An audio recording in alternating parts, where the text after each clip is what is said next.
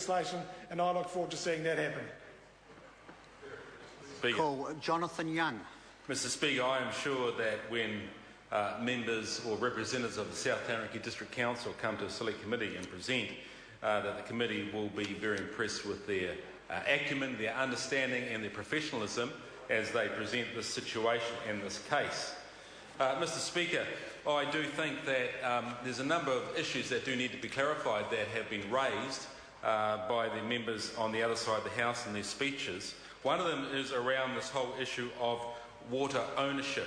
Mr. Speaker, this bill is not about water ownership. We understand that it's about infrastructure, about pipes, about concrete, about infrastructure in the ground that takes a supply of water from Cold Creek that is given under a resource consent by the Taranaki Regional Council, and my understanding is that the amount of water it takes is a small percent.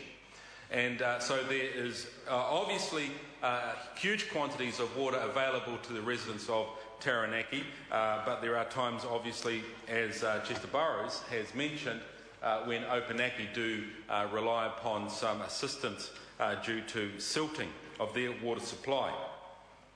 But we must understand that back in the mid-80s, when the farming community came together to put in place a water supply system for their farming necessities, that back in that particular point in time, farmers paid considerable amounts of money and personal contribution, that this project was instituted by them, for them, and they paid considerable amounts of money, probably the equivalent amount of what it would cost to buy a house in Auckland at that time.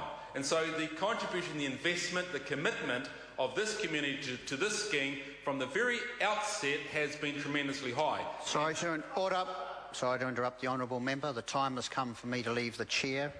This debate is interrupted. I shall resume the chair at 7:30.